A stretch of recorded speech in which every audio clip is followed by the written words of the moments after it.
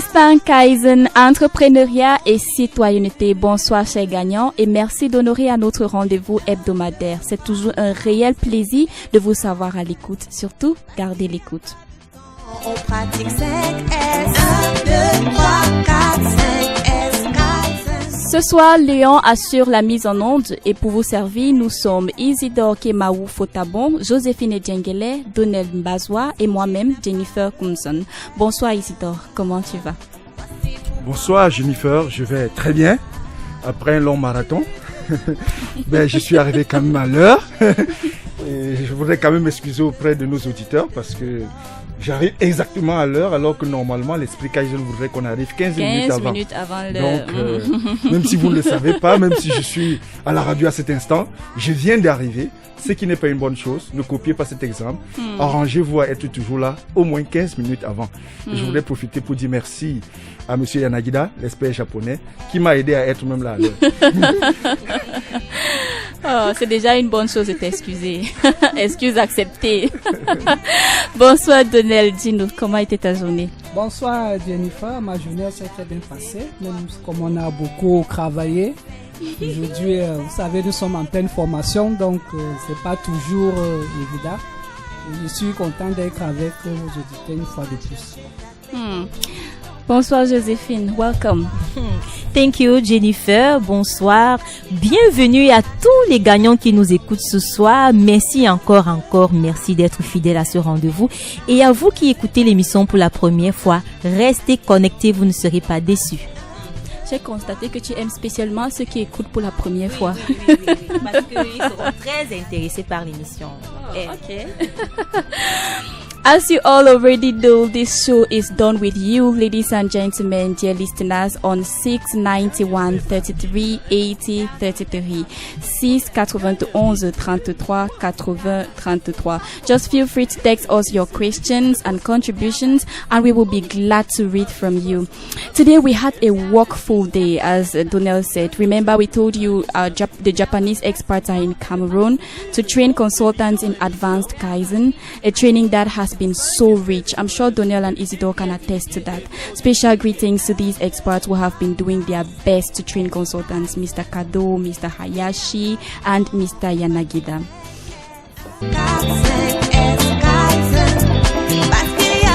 À présent, plongeons-nous dans notre première rubrique, Instant Citoyenneté, instant pendant lequel nous apprenons à être des gagnants dans tout ce que nous faisons.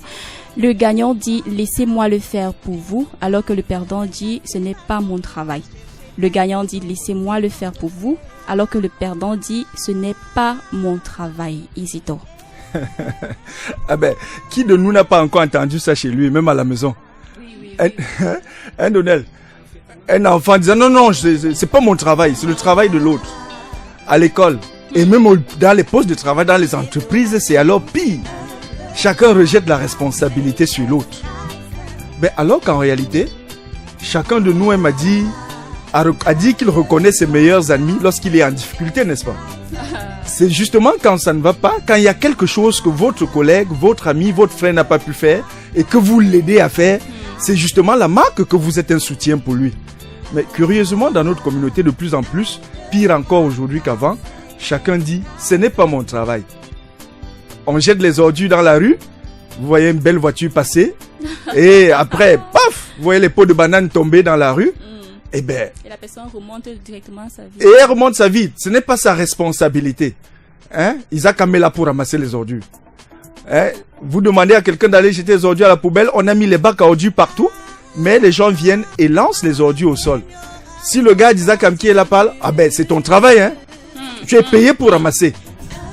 Vous voyez, il y a un tel niveau d'irresponsabilité qui aujourd'hui est caché derrière le fait que chacun veut croire que c'est l'autre qui est responsable de ce qui arrive ou de ce qui devrait être fait.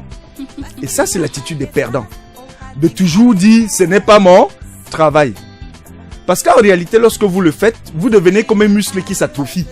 Un muscle qui ne s'exerce pas s'atrophie, n'est-ce pas? Il perd en puissance. Pourtant, un gagnant dit, laissez-moi le faire pour vous. Lorsqu'il est dans notre environnement, que ce soit à la maison, au travail, dans la rue, partout où il se retrouve, il a envie d'être un soutien pour les autres. Il a envie d'être un plus. Il veut faire le pas supplémentaire. Il veut apporter sa contribution au changement positif de la société. Dans l'entreprise, à la maison, il est prêt à contribuer. Et vous savez quoi? Plus il contribue, plus c'est comme un muscle qui s'entraîne, qui s'étire, qui s'entraîne, n'est-ce pas? La conséquence, c'est quoi? Il devient plus fort, le muscle devient plus solide. Il est capable de supporter des charges de travail importantes. Il est capable de faire beaucoup de choses. Il est très polyvalent parce qu'à force de vouloir aider les gens dans des domaines différents, il finit par acquérir de l'expérience. Et il a même un champ de relationnel très élevé parce qu'il connaît beaucoup de gens à force d'avoir voulu apporter un plus aux autres. Et les gens en général ont des témoignages positifs sur sa capacité à être un soutien. Et vous verrez que ce genre de personnes, si ce sont des employés, ils ne perdront jamais, ils ne manqueront jamais du travail. D'une entreprise à une autre, quand ils sont en chômage, il y aura toujours quelqu'un qui dit viens m'aider un peu là. Parce qu'on sait que lorsqu'il est à côté de vous, il est toujours disposé à vous apporter un plus. Donc dites-vous que choisir de toujours aider, de toujours apporter une contribution, au contraire, ce n'est pas perdre comme certains pensent. Ah, c'est pas mon travail, si je fais ça, je perds mon temps. Non, c'est plutôt s'entraîner, se développer. C'est le meilleur moyen pour se développer. Et pour cela, n'hésitez pas, continuez à le faire. C'est très important de choisir d'être de ceux qui disent « Laissez-moi le faire pour vous ». Et arrêtez d'être de ceux qui disent « Ce n'est pas mon travail ». Ce n'est pas mon travail de lutter contre la corruption. Ce n'est pas mon travail d'économiser l'énergie. Ce n'est pas mon travail de ne pas jeter les ordures dans la rue. Ce n'est pas mon travail de sensibiliser. Ce n'est pas mon travail de dénoncer ce qui est faux. Ce n'est pas mon travail d'appeler à la justice. Tout le monde dit ce n'est pas mon travail. C'est alors pour qui? Levons-nous comme un seul homme, prenons nos responsabilités et décidons d'apporter notre contribution. C'est ainsi que nous allons développer nos entreprises, c'est ainsi que nous allons construire ce pays et notre continent et donner plus de valeur à notre être. The winner says, let me do it for you. And the loser says, that is not my job. But I have a problem. Is it wrong to have division of labor? That means everybody knows that this is my own part of my work and then this is your own part. Is it wrong? Non. Then what is the problem tonight? Le problème, c'est que en réalité, nous sommes dans le même bateau. Ça veut dire que dans une entreprise, dans une organisation, on semble isolé, mais en réalité, on est les maillons d'une même chaîne. N'est-ce pas? Et si un seul maillon se coupe, et que tu pouvais empêcher qu'il se coupe, tu laisses qu'il se coupe, la chaîne rompt, et nous tous nous perdons. Je vais le dire autrement. Nous sommes dans le même bateau. Quelle que soit la pièce du bateau où tu te trouves, si tu as percé un trou dans cette pièce-là et que l'eau commence à entrer dans le bateau entier finira par couler. Donc, même si ce n'est pas ton travail, et que tu peux apporter une contribution pour que la situation ne s'empire pas et qu'elle s'améliore, fais-le d'abord avant de demander correction ou amélioration. Ferme d'abord le trou et demande-toi qu'est-ce qu'on peut faire pour que ça n'arrive plus. Peut-être qu'il faut former cette personne. Peut-être qu'il faut la sensibiliser. Peut-être qu'elle n'a pas suffisamment de motivation. Peut-être qu'elle n'a pas suffisamment... Il y a quelque chose quelque part qu'il faut faire. Mais dis, ce n'est pas mon travail et laissez que ça donne ce que ça donne. Quand ça va brûler, nous tous on va brûler. Mais il y a aussi un danger à cela. Si le gagnant passe son temps à dire « Laissez-moi le faire pour vous », quand est-ce que les autres vont apprendre à le faire eux-mêmes? Ça, c'est très pertinent cette question. Mais il faut dire que un gagnant qui dit « Laissez-moi le faire pour vous », ce n'est pas forcément quelqu'un qui fait le travail à ta place. Ça peut être aussi quelqu'un qui t'accompagne dans ce travail. Il a compris que tu ne sais pas très bien le faire. Et au lieu de le faire à ta place, il vient te guider, il vient t'accompagner, il vient te soutenir. En quelque sorte, c'est quelqu'un qui apporte un soutien aux autres. Ce n'est pas quelqu'un qui se substitue forcément aux autres. Donc, il ne le fait pas forcément pour toi, mais à ta place, mais il te montre comment le faire. Voilà, il t'aide à le faire. Il t'amène à être capable de le faire. Et il peut t'arriver des situations extrêmes où tu n'es même pas capable de le faire. Il le fera pour toi dans ce genre de situations extrêmes. Mais d'une manière globale, c'est quelqu'un qui doit être un soutien pour l'autre. Et non pas non pas une personne qui expose plutôt les défaillances de l'autre sans pouvoir combler. So that's the point. Voilà. Donc il n'expose pas les manquements des autres, mais il les aide à combler les vides qu'ils peuvent créer. Voilà. Mais tout en les amenant à être conscients de ces manquements pour s'améliorer. Ah d'accord. Parce qu'il faut se dire que si je te cache ce que tes défaillances, je suis en train de te tuer en fait. Même si dans notre communauté, ici au pays maintenant, on s'est rendu compte que si tu montres du doigt quelque chose qui ne marche pas, au lieu qu'on regarde ce que tu es en train de montrer, on regarde le bout de ton doigt. Et c'est ce bout de doigt qu'on va vouloir couper pour que tu ne montres plus. Évidemment, on est dans une société où aujourd'hui, dire que quelque chose ne marche pas, c'est vous qui devenez le problème. Ce n'est pas ce que vous avez montré qui est le problème. D'où la nécessité d'être quand même, d'avoir une certaine approche. Mais il faut absolument, si nous voulons tendre vers l'excellence, si nous voulons nous améliorer, il faut qu'on soit capable de faire un diagnostic clair, de ressortir avec ce qui ne va pas et de l'améliorer. Et pour cela, chacun doit prendre ses responsabilités. Joséphine, le gagnant dit « Laissez-moi le faire pour vous », alors que le perdant dit « Ce n'est pas mon travail ». Tell us something. Moi, j'ai appris du développement de Isidore ce soir, et ce que je retiens, parce que j'étais beaucoup plus à l'écoute. Ce que je retiens, c'est que celui qui dit laissez-moi le faire pour vous, en fait, c'est la personne qui est engagée dans l'amélioration. C'est quelqu'un qui se dit je peux faire quelque chose. Voilà, même si la responsabilité venait à quelqu'un d'autre de le faire, parce que je veux que la finalité soit le succès, je veux que la finalité profite à tous, alors je m'engage à le faire avec, ou alors je m'engage à le faire pour. Donc je crois que le gagnant, c'est celui qui s'engage dans l'action pour l'amélioration, et celui qui dit ce n'est pas mon travail, il se résigne et alors il fait perdre tout le monde. Tonel, as-tu déjà rencontré un perdant dans ce sens? Quelqu'un qui dit ce n'est pas mon travail? Bien sûr, en tant que consultant et travaillant dans les entreprises, accompagnant dans les entreprises dans la méthode 5S Kaizen, on a rencontré beaucoup les perdants dans ce sens, qui disent que non, c'est pas mon travail, c'est-à-dire qu'on lui dit faire les 5S, faire séparer, situer, trouve que c'est un travail supplémentaire, donc il ne doit pas le faire, c'est pas le travail. Bon, disons que ici, ce que vous avez proposé aujourd'hui reflète réellement même ce qu'on attend par attitude positive. Quel est l'esprit que les gens devraient avoir lorsqu'ils sont en équipe? Ceci renvoie selon moi directement à l'esprit de solidarité, d'entraide. Et je reviens dans ce que vous avez souligné tout à l'heure. Ici n'est pas question de dire que vous allez faire le travail de l'autre. Il est question de dire que vous allez aider l'autre à faire son travail, l'aider peut-être à mieux faire dans le cas où vous êtes mieux expérimenté que lui. Je prends par exemple un cas, vous travaillez dans une chaîne de production, vous avez votre nouveau collègue qui vient d'arriver, mais parce qu'il ne peut pas suivre votre rythme, étant encore tout nouveau, son rythme est encore là, vous finissez le travail avant lui et vous allez lui donner un coup de main, vous dites à ce niveau-là, laissez-moi le faire pour vous, c'est pas pour dire que ne faites plus, c'est que vous venez l'aider à faire sa part de travail étant donné qu'il a un surplus de volume.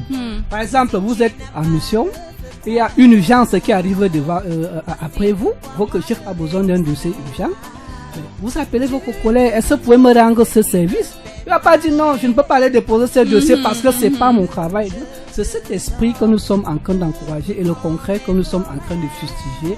Donc aujourd'hui, nous renvoyons beaucoup plus à la solidarité d'équipe, à se serrer les coudes, par cas, comme Isidore disait, nous sommes tous les mêmes gens d'un même bateau. So tonight we are talking about solidarity, we are talking about team spirit, we are encouraging you, dear listeners, we are encouraging you, winners, that you should say, let me show you how to do it, let me help you, let me do it for you, instead of saying, it is not my job. Isidore, do you have anything to add? Oui, il faut dire que ça fait aussi appel à la capacité à s'adapter aux nouvelles donnes, aux changements. Parce que parfois aussi dans une entreprise, lorsqu'on apporte des choses nouvelles comme le 5S, comme le Kaizen, qui peuvent drastiquement améliorer la vie de l'entreprise, beaucoup d'employés, beaucoup de personnes sont résistantes à cela, non pas parce qu'ils ne voient pas, ils ne peuvent pas, mais parce qu'à priori, ils considèrent cela comme un travail supplémentaire, comme l'a dit Donel. Et du coup, il dit, ce n'est pas mon travail. Ben, alors qu'en réalité, c'est plutôt quelque chose qui vient réduire sa charge de travail.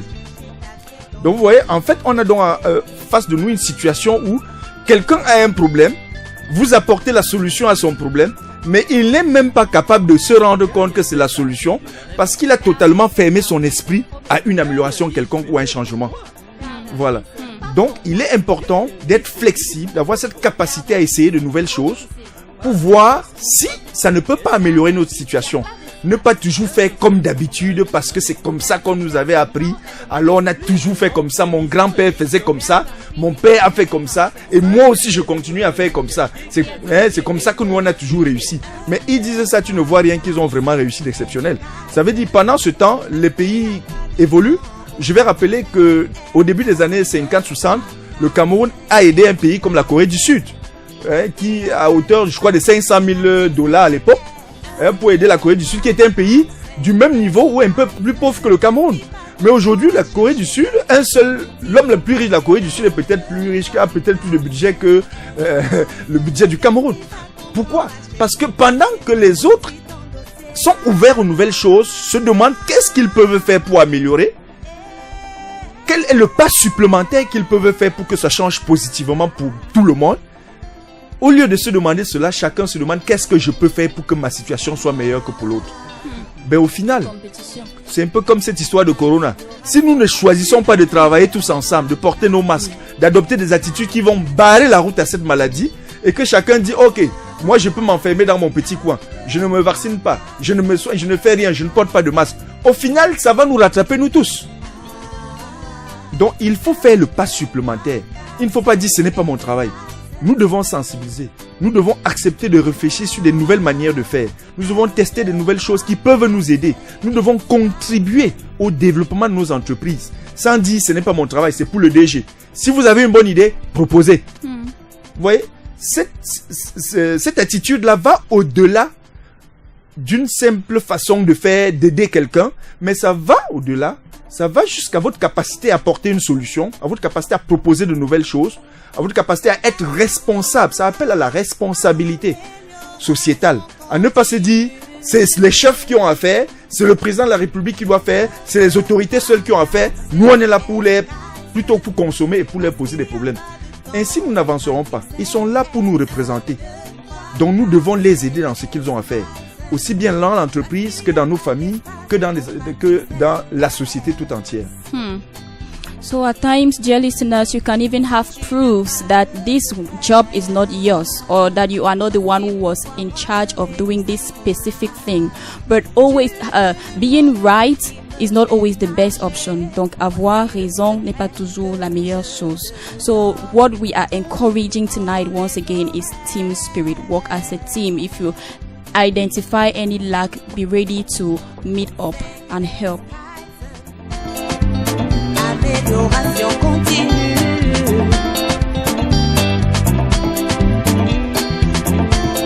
That is that for Instant Citoyenneté. Now we are moving over to Instant Entrepreneuriat and Instant Kaizen. We have said it here times without number that 5S Kaizen can be used to eliminate waste. The truth is you cannot eliminate something you don't even know. So tonight we'll be discovering what waste is all about, identifying the various types of waste, and then we'll be seeing how we can practically use 5S Kaizen to eliminate them. Josephine, you have the floor. Thank you, Jennifer. Tu as déjà tout dit. Hein? Alors, laissez-nous le faire pour vous. Laissez-nous vous démontrer qu'avec le 5X Kaizen, vous pouvez éliminer plusieurs formes de gaspillage que nous allons développer ce soir avec nos experts, Donnel Bazoa et Isidore. Alors, c'est quoi même d'abord un gaspillage pour commencer? Vraiment, hein, je vais vous dire simplement que le gaspillage, c'est l'argent qu'on met à la poubelle. Ok.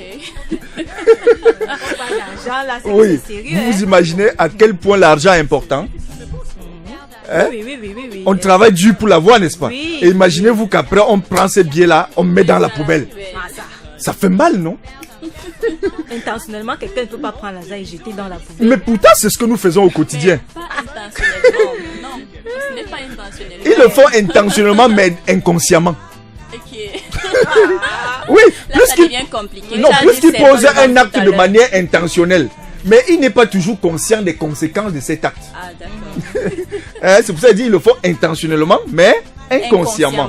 Ok. Je vais vous donner un exemple simple. Lorsque un employé assis à son poste de travail, il a sa caisse à outils, il a les outils qu'il doit travailler avec, et il estime que la meilleure pollution pour sa caisse à outils, pour ses outils, c'est l'autre angle de son bureau à 10 mètres peut-être. Parce que c'est très beau là-bas. Hein? Parce qu'on a même mis un meuble là-bas, il trouve que c'est dur de déplacer le meuble là. Et chaque jour, il se lève pour aller prendre. Donc intentionnellement, il peut mettre la caisse à outils à là-bas. outils très loin de lui, mais inconsciemment, il perd tellement d'énergie tous les jours, n'est-ce pas? Et à la fin, il estime que on paye un petit salaire alors que le travail est beaucoup. Mais en réalité, c'est l'intelligence qui a été petite. Parce qu'il suffisait de raisonner et de se rendre compte que s'il met sa caisse à outils à côté de lui, alors il va l'utiliser facilement. Un autre va se mobiliser en ne faisant même pas une simple checklist, c'est-à-dire une liste de contrôle des choses avec lesquelles il va se déplacer. Combien de personnes ont voyagé pour le village en oubliant beaucoup de choses en ville? Même ceux qu'ils ont acheté pour aller au village, ils oublient en ville. Oui. Ça arrive souvent, n'est-ce pas? Oui. Ben alors qu'il suffit de faire une simple liste des choses que vous voulez amener au village. Et avant de partir, vous contrôlez point par point si chaque chose est dans votre valise. Ou alors, vous faites comme moi, quand vous voulez voyager, vous créez une zone de voyage. Chaque jour que vous voulez, une chose vous vient à l'idée, vous prenez, vous déposez à l'endroit là. Votre sac de voyage est là-bas, tout. Et à un moment, vous faites le point et vous ne pouvez rien oublier. Donc, il faut toujours trouver une stratégie pour éliminer les gaspillages. Donc, parce que ce gaspillage, c'est une perte d'argent. Et beaucoup de gens ne comprennent pas que perdre l'argent, quand on dit jeter l'argent à la poubelle, ils voient ça directement comme s'ils ont pris les billets et jeté à la poubelle. Mais pourquoi est-ce qu'on te paye quand tu sors du matin au soir pour aller travailler? On te paye quoi? Hein? Tes efforts, non? Tes efforts, n'est-ce pas? Le travail là, tu as eu besoin du temps pour le faire, non? N'est-ce pas? Ça veut dire qu'on te paye 8 heures de travail. Dans ton contrat, on dit que tu dois être là de 8 heures à 18 heures avec 1 ou 2 heures de pause. N'est-ce pas? C'est ce temps-là qu'on paye, en plus du travail que tu dois fournir pendant ce temps. Maintenant, imaginez-vous que vous prenez un employé, que vous payez 8 heures la journée et il travaille 2 heures la journée. Est-ce que vous avez perdu de l'argent ou pas? Monsieur, vous avez beaucoup perdu de l'argent. Voilà. Vous voyez que vous avez jeté de l'argent à la poubelle si vous n'arrêtez pas ce scénario, n'est-ce pas? Hein? Imaginez-vous qu'un travail qui pouvait être fait par une personne, vous mettez 3 personnes pour faire et vous payez chacune des 3 personnes. Est-ce que vous avez perdu de l'argent? Oui, énormément. Voilà. Imaginez-vous que vous ayez un magasin tellement désordonné et que quand le client vient pour acheter une marchandise, vous allez fouiller au magasin pendant 3 heures de temps avant de voir la marchandise. Et après, vous découvrez même que beaucoup sont déjà périmés, vous vous êtes pas rendu compte. Est-ce que vous avez perdu de l'argent ou pas? Ouais, vous voyez que vous avez vous-même pris l'argent et jeté à la poubelle, n'est-ce pas? Donc, inconsciemment. Hein? Imaginez-vous que vous mettez le bol de sel à côté du bol de sucre, sans étiqueter et sans rien faire. Hein? La personne qui vient prendre son café dans votre cafétéria, vous mettez plutôt le sel dans le café. Est-ce qu'il va boire ce café? Non. Et vous allez recommencer, n'est-ce pas? Vous avez perdu de l'argent ou pas? Il risque de même plus revenir. Et il risque de même plus revenir. Vous voyez, il y a tellement de choses que nous faisons au quotidien, à la maison, en entreprise, dans la société, qui sont en réalité exactement comme prendre l'argent et mettre à la poubelle. Ça veut dire que si nous prenons conscience de chacun de ces éléments, nous allons nous enrichir en les éliminant. Et c'est ça toute la valeur du 5S. Parce que le 5S à lui seul, le 5S Kaizen à lui seul, a la puissance extrême d'éliminer cette forme de gaspillage majeur. Et c'est cette forme de gaspillage, je vous assure, si vous les éliminez totalement dans votre entreprise, vous pouvez faire bondir vos marges de plus de 25%. Parce qu'en réalité, dites-vous que si nous ne sommes pas compétitifs sur le marché, pourquoi nous fabriquons des choses au Cameroun? La matière première est prise localement. Ces choses coûtent moins cher, coûtent plus cher que ceux qui sont partis de la France pour acheter la matière première chez nous, aller transformer chez eux et revenir nous revendre ici. Pourquoi? Parce que nos coûts de production sont trop élevés.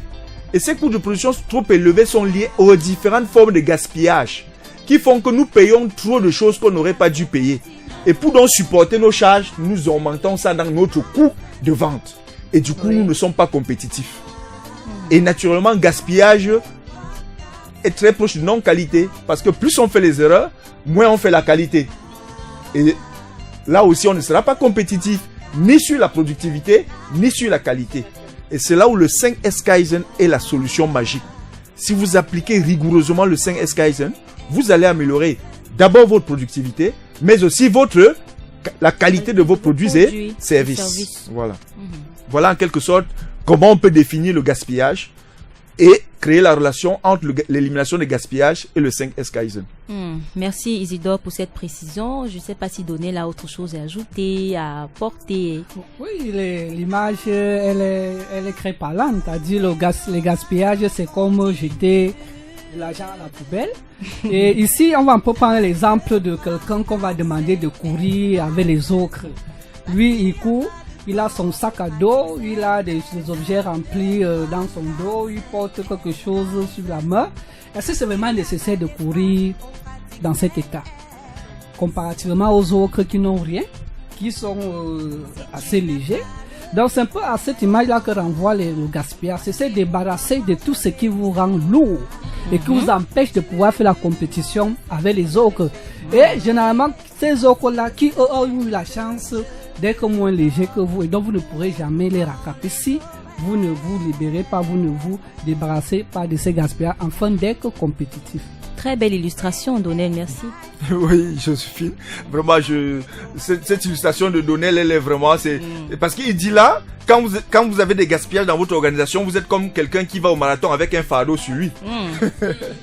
D'entrée de jeu, vous êtes déjà perdant. Vous êtes perdant d'office. Et moi, j'assimilerais ça, j'aime faire cette illustration en disant, nos entreprises aujourd'hui, nos chefs d'entreprise, lorsque vous allez vers la plupart des entrepreneurs, ils vont vous dire quoi? On a des problèmes d'argent. On n'arrive pas à financer nos entreprises. Les banques ne nous donnent pas de l'argent, n'est-ce pas?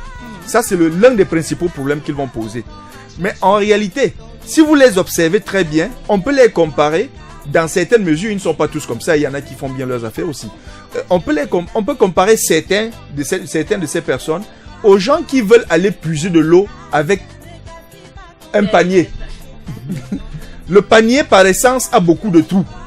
Donc, si vous allez puiser de l'eau avec le panier, automatiquement, vous allez arriver seulement avec des gouttes d'eau, n'est-ce pas? Des gouttelettes même. Des gouttelettes d'eau. Voilà. Maintenant, lorsque vous acceptez d'implémenter le 5S Kaizen dans votre entreprise, vous devenez comme une personne qui a décidé de colmater tous les trous qui sont dans son panier. En éliminant les différentes formes de gaspillage, c'est comme si vous êtes en train de fermer les trous qui sont dans le panier. Et ça va donc permettre que le panier devienne un seau. Et ça peut contenir de l'eau. Donc, ça peut garder du bénéfice. Vous voyez de l'eau comme l'argent que vous allez prendre, mais qui va... Vous prenez une bassine pour aller puiser de l'eau. Quelqu'un prend une bassine pour aller chercher de l'argent. S'il y a des trous dans la bassine, cet argent va ressortir. C'est un peu ça de l'eau.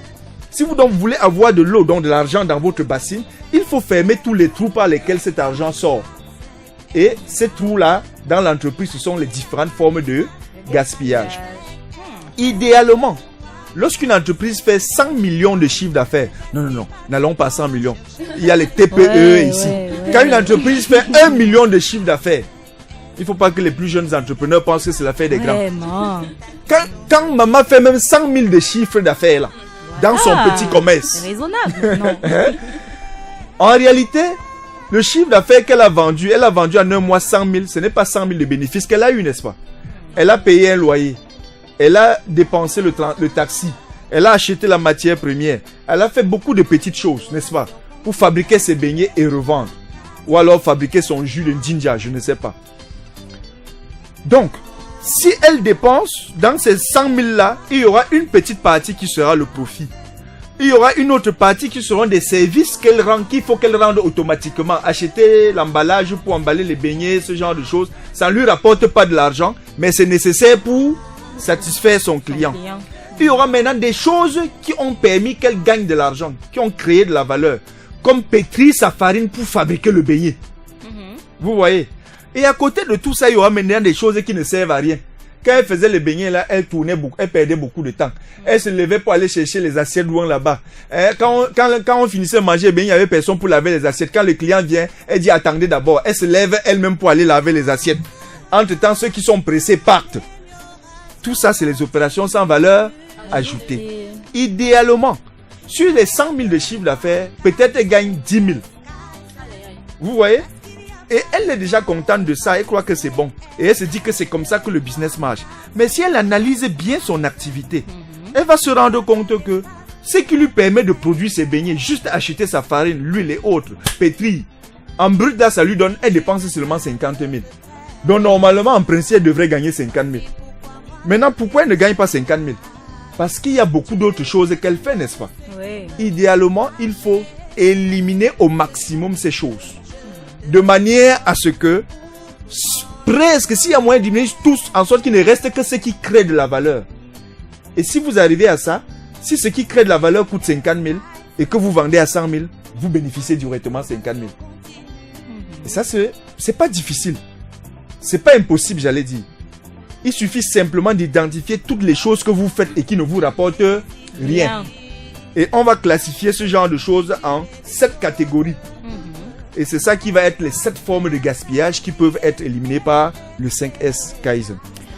Alors, chers auditeurs, nous parlons du 5S Kaizen et élimination des gaspillages. Et c'est au 6 91 33 80 33 que nous attendons vos interactions et questions. Tonel Bazois, nous parlons du 5S Kaizen et élimination des gaspillages. Comment est-ce que le 5S Kaizen peut être utilisé de manière pratique pour éliminer ces gaspillages? Bon, je ne sais pas si on va d'abord citer les 7 formes de gaspillage dont Isidore parlait avant de voir comment nous pouvons utiliser les 5S pour les éliminer. Oui, c'est... Évidemment, il vaut mieux que les gens sachent de quoi il est question. Donc, les 7 formes de gaspillage, c'est quoi? C'est déjà, le premier, c'est la surproduction. Le gaspillage de surproduction. Je vais vous donner une illustration simple. Quelqu'un qui achète beaucoup de matières premières, beaucoup de produits pour revendre, et il achète en quantité. C'est-à-dire qu'il est capable de vendre 100 unités par mois. Et il achète 10 000 unités parce qu'il a trouvé ça quelque part un peu moins cher. Et il se dit, j'ai fait une belle affaire. Ah, normalement, on achète à 1000 francs. Là, maintenant, j'ai trouvé ça à 975. Donc, il pense que 25 francs, là, c'est une belle affaire. Mais en réalité, quand il a pris 10 000 unités, qu'est-ce qui va se passer? Il a besoin d'un grand magasin, n'est-ce pas? Il faut un gestionnaire de stock pour contrôler, n'est-ce pas? Il faut de l'espace, n'est-ce pas? Il faut la sécurité. Il faut un vigile pour qu'on ne vole pas. Il faut parfois une assurance pour certains types de produits, pour qu'au cas où il y a un incendie, qui ne perd pas. Vous voyez, finalement, il aura tout cet argent stocké, 10 000 unités, alors qu'il ne peut en vendre que 1000 par mois. Donc, il lui faudra 10 000 mois peut-être. Il lui faudra 10 mois pour vendre. Alors que c'est quelque chose qu'il peut acheter facilement et revendre. Pendant ces 10 mois, il a de l'argent stocké. Et maintenant, lorsqu'il faut payer les salaires, il n'a plus d'argent. Pourquoi? Parce que tout son argent est stocké. Et pendant ce temps, certaines choses se périment. Vous voyez, c'est comme s'il a stocké l'argent et il est maintenant en train de mettre ça à la poubelle. C'est ça de la surproduction. Surstock. Avoir plus, produire plus que ce dont on en a besoin. Normalement, on devrait produire en tenant compte de la demande du marché et de notre capacité de production, de manière à ce qu'il y ait toujours un équilibre. Parce que stocker, c'est garder l'argent. Stocker, c'est créer d'autres dépenses. Immobiliser les loyers, les personnes, les ressources. La deuxième forme de gaspillage, c'est les attentes. Lorsqu'on doit mobiliser sur un chantier, vous avez une équipe de 5 personnes qui va aller sur un chantier travailler. Et ils demandent la dotation en matériel au magasin. Et on passe 4 heures de temps à chercher le matériel qu'on va leur donner pour aller travailler. Pendant ces 4 heures, les 5 personnes font quoi? Ils attendent, n'est-ce pas? Et si on fait 4, ça veut dire que chacune des 5 personnes a attendu 4 heures, n'est-ce pas? Multiplié par 5, ça fait combien d'heures? 20 heures. Une journée de travail fait combien d'heures? 8 heures. Si on divise 20 par 8, on est pratiquement à 3,40 quelque chose de jours de travail perdus.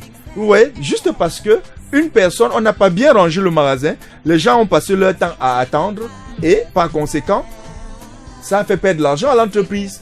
Ça veut dire que dans nos entreprises, si on calcule vraiment ce qu'on a produit, on va se rendre compte qu'à la fin du mois, nous payons beaucoup de gens qui n'ont rien fait. Beaucoup de personnel qui passent la journée à attendre qu'on leur dise ce qu'ils vont faire ou ce qui et autres. Et tout ça finit par faire perdre beaucoup d'argent à l'entreprise. Il y a les transports et les déplacements inutiles. C'est-à-dire que j'ai beaucoup vu ça dans la transformation des fruits agroalimentaires. on achète les ananas par exemple, on les stocke derrière, on vient traverser, on passe stocker derrière la maison. Demain on les porte, on va à l'angle droit pour les laver et on amène à l'angle gauche pour peler et on ramène devant la maison pour broyer et après on va stocker derrière la maison et le lendemain on sort de derrière pour aller livrer devant. Vous voyez, ça devient quelque chose de terrible.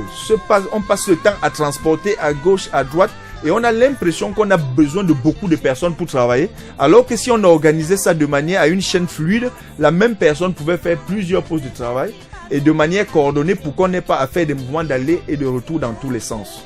Ça, c'est le déplacement. Il y a maintenant le processus, les traitements inutiles qu'on va détailler plus tard parce qu'on n'a pas assez de temps pour tout aujourd'hui. L'émission prochaine également sera focalisée dessus. Il y a les surstockages ou les stocks inutiles, il y a les mouvements inutiles, il y a les erreurs et défauts. Donc voilà les 7 formes de gaspillage qui sont implémentées dans nos entreprises et qui détruisent nos entreprises. Nous avons une question au 6 91 33 80 33. Bonsoir Isidore, j'aimerais savoir comment dissocier le besoin de l'utile.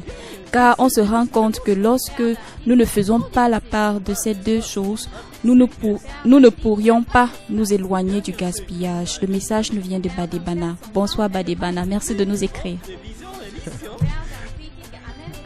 Comment dissocier le besoin de l'utile? Voilà. Ah ben, le besoin c'est ce que vous désirez, je suppose. C'est votre besoin. Maintenant, il faut savoir, le besoin peut être aussi ce qui est utile pour vous. Sur le plan professionnel, ça dépend. Si vous avez une tâche à faire, le CNS voudrait que à votre poste de travail, vous ne gardiez que ce qui est nécessaire pour ce travail-là. Même si ça vous plaît. Même si vous aimeriez avoir votre bouteille d'eau sur la table, votre plat de nourriture sur la table, manger à votre poste de travail, c'est très intéressant de le faire parce que ça vous plaît. Mais est-ce que c'est vraiment nécessaire pour votre travail? Est-ce que vous pourrez supporter les conséquences si l'eau venait à se verser sur votre ordinateur? Je ne sais pas si vous voyez un peu. Est-ce que ça vous permet de faire votre travail de manière efficiente? Donc, c'est des questions que vous devez vous poser avant de savoir si c'est vraiment nécessaire ou pas. Ce qui est utile et ce qui est seulement un désir qui n'est pas nécessaire à votre poste de travail. Donc, il est important de ne faire que ce qui est nécessaire. Ce qui n'est pas nécessaire est déjà un gaspillage. Parce que ce que vous faites qui n'est pas nécessaire, soit vous engagez des ressources dont on n'avait pas besoin, dont on perd de l'argent, soit vous engagez un temps supplémentaire pour le faire, et le temps c'est de l'argent, donc vous êtes encore en train de perdre de l'argent. Vous voyez? Dans tous les cas, faire ce qui n'est pas nécessaire n'est pas bénéfique pour vous. Vous ne devez faire que ce qui est nécessaire, même si ça ne vous plaît pas. Maintenant, si vous jugez, parce qu'il ne faut pas qu'on pense qu'on n'est pas des humains, si vous jugez qu'il y a quelque chose, vous voulez avoir votre photo, la photo de vos enfants sur votre table, ou alors une belle fleur à une position, parce que ça vous détend l'esprit, il n'y a pas de souci, vous pouvez le faire, mais tout en vous assurant que cela ne devienne pas un frein pour votre travail, que cela vous améliore plutôt vos conditions de travail. Je ne sais pas si j'ai répondu ainsi à la question de l'auditeur, mais l'essentiel quand on applique le 5S Kaizen, c'est de n'utiliser que les ressources qui sont vraiment essentielles pour que notre travail avance. Ça nous permet d'être efficace, d'être efficient. I understand this topic is quite broad. We have already cited and identified the 7 kinds of waste. And we have to see how we can use 5S Kaizen, the tool, the technique and the philosophy, how we can use it to eliminate the waste. I don't know, maybe if time permits, we can cover the topic today, though I doubt. So, Donnell, I'm coming back to you. Please, can you give us some practical steps how 5S Kaizen can be used to eliminate waste? Ok, merci beaucoup Jennifer. Pour comprendre comment les 5S peuvent éliminer les gaspillages, ici il faut vraiment revenir à la définition des 5S et à la pratique des 5S. Mais qu'en relation les différents S et les différents types de gaspillage que M. Isidore a si bien expliqué et défini tout à l'heure. Si nous prenons par exemple le S1, les demoiselles, vous qui connaissez souvent bien, séparer l'utile de l'inutile. Voilà, vous séparez l'utile de l'inutile. Ce qui ne vous aide pas dans vos lieux de travail, vous le mettez de côté et vous réservez ce qui vous aide. Et également ici, vous devez aller prendre ce que vous n'avez pas dans votre lieu de travail et qui vous aide à faire votre travail. Ce que vous n'avez pas actuellement dans votre lieu de travail, qui se trouve ailleurs et dont vous aviez l'habitude de vous lever et d'aller récupérer. En faisant ainsi, qu'est-ce qu'on est en train d'éliminer? On est en train d'éliminer le gaspillage de transport, de déplacement aussi. Donc, en prenant ce qu'on utilise et qui n'existait pas dans nos lieux de travail, voilà déjà comment on élimine un gaspillage. Si nous prenons par exemple le deuxième S qui veut dire situé. Voilà, situé. Ce qu'on a vu qui est utile, qui est réellement nécessaire pour nos lieux de travail, on décide de l'emplacement où cela va rester. Et qu'est-ce que cela évite à ce moment? Non seulement ça évite le gaspillage de mouvement, parce qu'on ne passe plus le temps à chercher, et même également le gaspillage de transport. Donc voilà comment on peut mettre en relation les différents types de gaspillage et les 5 S. On peut continuer ainsi de suite jusqu'à arriver au 5e S et adosser à chaque S au type de gaspillage qu'il élimine. Isidore, how can we practically use 5S Kaizen to eliminate waste? Bien, je crois que Donnel a donné une belle illustration de comment en pratique on peut le faire. Donc, il faut déjà dire que naturellement, nous ne devons faire que ce qui est essentiel pour notre travail. Je ne sais pas si on se comprend. C'est-à-dire qu'on applique, on utilise on a à notre poste de travail que ce qui est essentiel pour faire ce travail. Ça veut dire la ressource humaine. Ça veut dire les moyens financiers, on doit dépenser que ce qui est juste pour le travail. Ça veut dire également les ressources matérielles. On ne doit utiliser que le matériel nécessaire. Ça veut dire également le temps. Il ne faut pas quelque chose qui peut être fait en 2 minutes, il ne faut pas le faire en 3 minutes. Je dirais, il ne faut même pas le faire en 2 minutes, 1 seconde. Oui. Donc juste en 2 minutes. Voilà, il faut le faire juste en 2 minutes et se demander même comment on doit le faire en 1 minute 49 secondes, 59 secondes. C'est-à-dire qu'on doit s'améliorer tous les jours. Amélioration continue. Voilà, on doit s'inscrire dans un cycle d'amélioration continue. Et pour ce faire, seulement en appliquant le premier S, c'est-à-dire qu'en supprimant tout ce qui est inutile dans votre poste de travail. Tout ce qui ne sert à rien, vous éliminez cela de votre poste de travail, vous gagnez déjà en espace, n'est-ce pas? Ça veut dire que si c'est dans un magasin, tout ce qui était inutile est sorti. Même les rebus sont sortis. Même les produits périmés sont sortis. Donc vous êtes conscient maintenant qu'il y en avait qui étaient périmés. Premier gain, vous allez voir que l'espace est libéré. Donc, vous n'aurez pas besoin de louer un espace supplémentaire. Vous pensiez déjà, beaucoup de gens pensent que leurs bureaux sont tout petits. Mais les témoignages que nous avons de ceux qui vont en Chine, c'est que certains produits qui nous sont livrés ici sont fabriqués dans des petits endroits. Des chambrettes. Des chambrettes. Ça veut dire qu'ils sont tellement optimisés dans ce qu'ils font qu'ils arrivent dans des petits espaces à produire des grandes quantités et de manière efficace et efficiente. Mais chez nous, on va voir des entreprises qui s'étalent. Chez nous, tout le monde veut des gigantesques bureaux. Le bureau du DG parfois équivaut à 400 mètres carrés. Voilà. Et pourtant, c'est de l'argent qu'on est en train de perdre. Voilà. Et on va dire, comme Jennifer dit, c'est quand même le DG. Vous allez voir certaines personnes qui sont cachées derrière une pile de documents dans leur bureau. C'est-à-dire que la table est tellement pleine de documents. Je suppose que vous connaissez quelqu'un comme ça. Non, et ils se sentent en sécurité. Voilà. Et ils se sentent en sécurité comme ça. Mais en réalité, chaque fois qu'il recherche une information, qu'est-ce qu'il fait? Il commence à fouiller. Il fouille. Et il renvoie même à demain. Conséquence, il a passé une journée à fouiller. Il n'a pas satisfait le client. Lui-même n'est pas content. Et il a l'impression qu'il a trop de travail. Et du coup, on ne le paye pas pour fouiller. Mais il passe maintenant son temps à fouiller alors qu'il est un cadre. Vous voyez, c'est des pertes d'argent.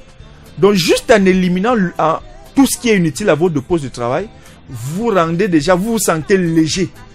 Vous sentez votre conscience, vous êtes à l'aise. Vous avez une meilleure visibilité sur ce qui est dans votre bureau. Et ça vous permet comme ça d'éliminer déjà la surproduction. Parce que vous pouvez vous rendre compte que ce qui ne servait à rien a été éliminé. Ce qui est là, vous connaissez maintenant la quantité qui est là et vous pouvez prendre des mesures correctives pour mettre votre stock à un bon niveau. Si vous appliquez le deuxième S, qui veut dire quoi? Situé. Ça dit que chaque chose, on a éliminé ce qui ne servait pas. Ce qui sert, ce qui va être important là, on met maintenant chaque chose à sa place. Et sa place n'est pas la place là où c'est beau. Hein? Quand on dit bien rangé, c'est même pas que ça doit être beau à voir, agréable. La place doit être la place à partir de laquelle vous utilisez très facilement l'outil, ou vous prenez facilement la chose sans perdre du temps, sans dépenser de l'énergie, sans risque d'accident. Je ne sais pas si vous voyez un peu. Oui, oui. Et si possible, sans même avoir besoin d'apport extérieur de quelqu'un d'autre pour vous aider. Et donc, du coup, en le faisant, vous voyez que vous n'aurez plus besoin de vous lever pour sur des longues distances, n'est-ce pas? Vous serez maintenant comme un pilote dans son cockpit d'avion ou comme un chauffeur dans sa voiture. Tout est à portée de main. Lorsque je conduis, les yeux travaillent, les deux mains travaillent, les deux pieds travaillent. Mais en réalité, on a l'impression qu'on ne fait rien, n'est-ce pas? Quelqu'un qui est à côté de vous ne réalise pas. Mais tout votre corps travaille parce que tout est à portée de main.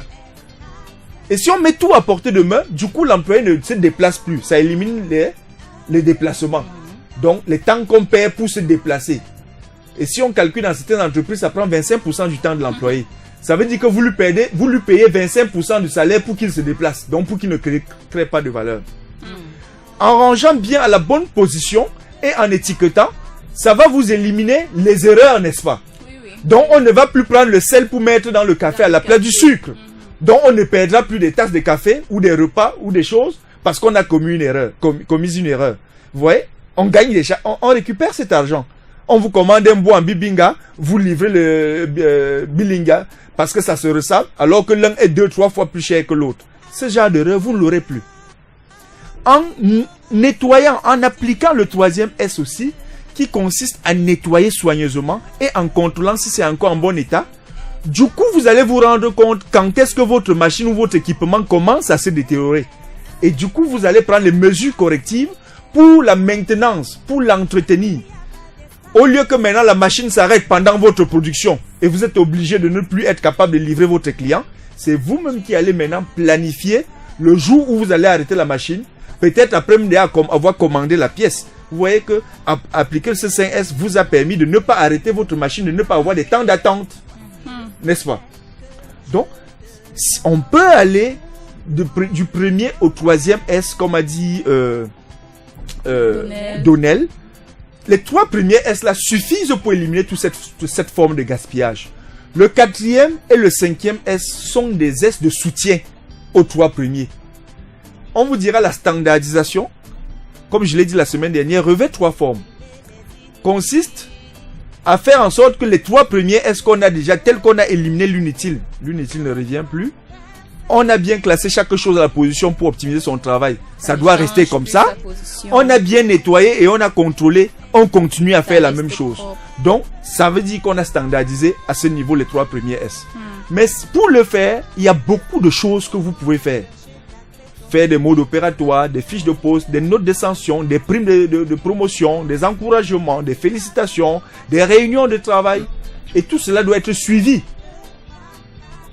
par l'administration, par les chefs, par les cadres, par les responsables qui doivent veiller, sensibiliser, encourager.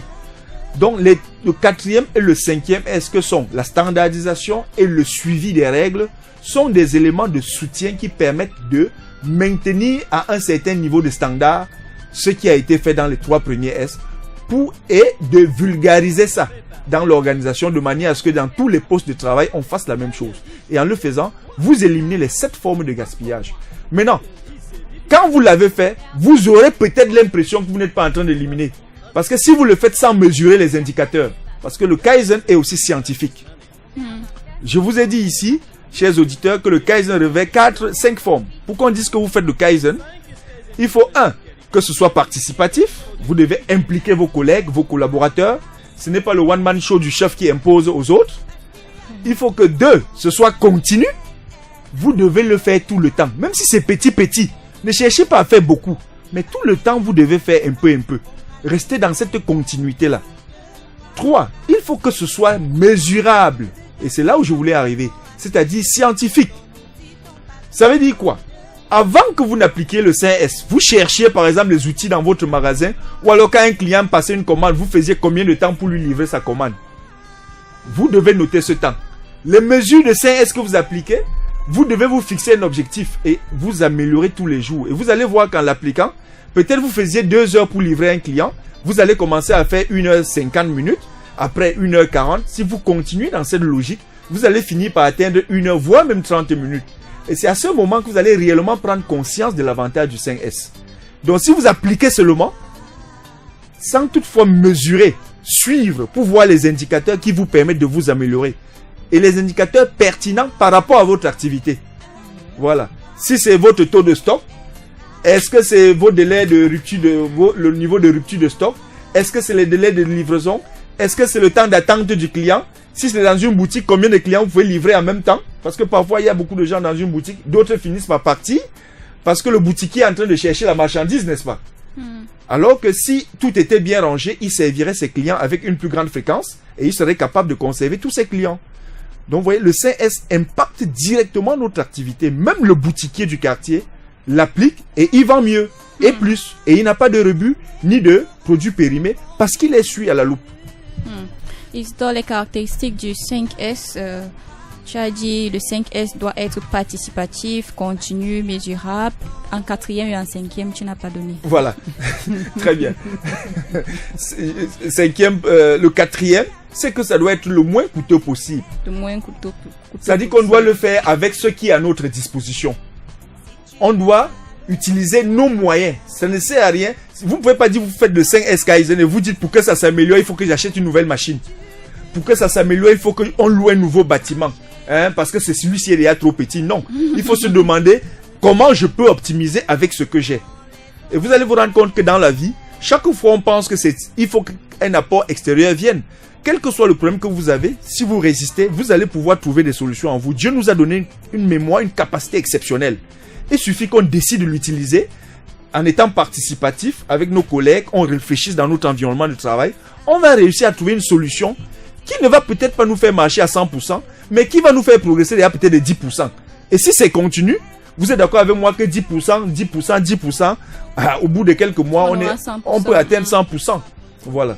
Donc il faut que ce soit le plus avec nos moyens, avec ce que nous avons. Le 5S, c'est pas une liste d'achats. Le Kaizen, c'est pas une liste d'achats où on dit oh, il faut qu'on s'améliore, soyez le Kaizen, achetons ceci, achetons cela. Non. On fait comment? On a besoin de faire une cloison ici. On regarde s'il n'y a pas un contreplaqué derrière ou un carton qu'on n'utilisait plus. On essaye d'adapter ça pour faire la cloison et s'améliorer, par exemple. Et en 5e position, il faut savoir que ça doit être universel. Voilà. C'est-à-dire ce qu'on applique ici peut s'appliquer dans les mêmes conditions ailleurs. C'est-à-dire que les autres peuvent copier ce que vous êtes en train de faire s'ils sont en train de traverser les mêmes situations. Au 6 91 33 80 33, nous avons un message. Si j'ai bien compris, le 5S est la méthode la plus pratique et apte à pouvoir nous aider à éliminer les gaspillages, car à chaque S, son système d'élimination. Le 5S associe la théorie à la pratique, comme un philosophe l'a si bien dit. Théorie sans pratique est vaine. Ce message nous vient de Lucrèce. Merci de nous écrire, Lucrèce. Merci à cette auditrice. Si elle pouvait nous voir en ce moment à studio, elle verrait que nous sommes en tenue de combat avec les casques sur la tête. Parce que être expert 5S, ce n'est pas un expert qui s'assoit au bureau pour dire des bonnes choses. Voilà. Tout ce que nous vous disons là, c'est ce que nous pratiquons au quotidien, directement avec les employés. Même s'il faut les aider à nettoyer leurs toilettes pour que leurs conditions de travail s'améliorent, nous les aidons à le faire pour qu'ils comprennent l'importance que cela peut avoir. Et très souvent, ça change totalement l'environnement de travail de l'entreprise. Oui, elle a raison. Et je vais le dire, le 5S est à la portée de tout le monde. C'est moins cher. On n'a pas besoin de dépenser. Tout ce qu'on a besoin, c'est d'avoir la volonté de le faire et de le faire en respectant le minimum des règles que nous venons de vous donner. Et si vous avez des difficultés à le faire, n'hésitez pas. Contactez-nous au 6 91 33 80 33 ou sur notre page Facebook Kaizen Expertise ou encore sur notre chaîne YouTube Kaizen Expertise. Et nous serons toujours très heureux de vous apporter notre contribution pour l'amélioration de la qualité et de la productivité de vos organisations. Oui, chers auditeurs, nous avons dit tout à l'heure que le gagnant dit « laissez-moi le faire pour vous », alors que le perdant dit ce n'est pas mon travail. Donc, Kaizen Expertise, Kaizen Consulting and Services se positionne en gagnant et nous savons que vous êtes tous des gagnants aussi. Donnel, as-tu un mot à dire? Oui, je vais finir par cette parole que un chef d'entreprise du projet a eu à prononcer cette semaine lorsqu'on lui a parlé de comment a été son expérience vis-à-vis du Covid-19. Elle a dit, avant on gagnait beaucoup, mais on perdait aussi beaucoup d'argent, énormément. Mais avec le Kaizen, avec le Covid, on a moins gagné, mais aussi on a moins perdu. Wow. Donc c'est comme si le Kaizen a aidé cette entreprise à être résiliente, à rester presque au même point, malgré la situation du Covid qui s'est présentée en elle. Voilà, je vais un peu mieux et juste un peu, parce que je suis chez l'entreprise, ça m'a marqué. En fait, cette entreprise faisait par exemple 1 million de chiffre d'affaires et gagnait 100 000, c'est-à-dire 10%. À cause du Covid, l'entreprise est descendue peut-être à 800 000 de chiffre d'affaires, mais s'est rendu compte qu'au lieu que son bénéfice descende, son bénéfice c'est plutôt à améliorer. Parce qu'elle a éliminé les gaspillages, elle a appliqué le 5S, rigoureusement le 5S Kaizen, et ça lui a permis d'améliorer ses marges. Bien que le chiffre d'affaires a baissé, les marges ont augmenté parce qu'il y a eu élimination des gaspillages. Donc, c'est aussi un outil qui vous permettra, chef d'entreprise, de lutter contre la baisse du chiffre d'affaires parce que le Kaizen est là pour éliminer les gaspillages et augmenter vos bénéfices, même si le chiffre d'affaires n'est pas en train d'augmenter. Joséphine, your last word. Alors, tout ce qu'on a à dire, c'est que il faut pratiquer le 5S. Il faut essayer de pratiquer le 5S. Contactez-nous au 6 91 33 80 33 pour plus de détails. Thank you very much, dear listeners, for listening. Thank you so much for writing to us. And we wish that next Thursday you still break the silence. Thank you so much. You can still find this show on our Facebook page and YouTube page from tomorrow. Kaizen Expertise. Shalom. Si pas ton temps à chercher ta clé, ton outil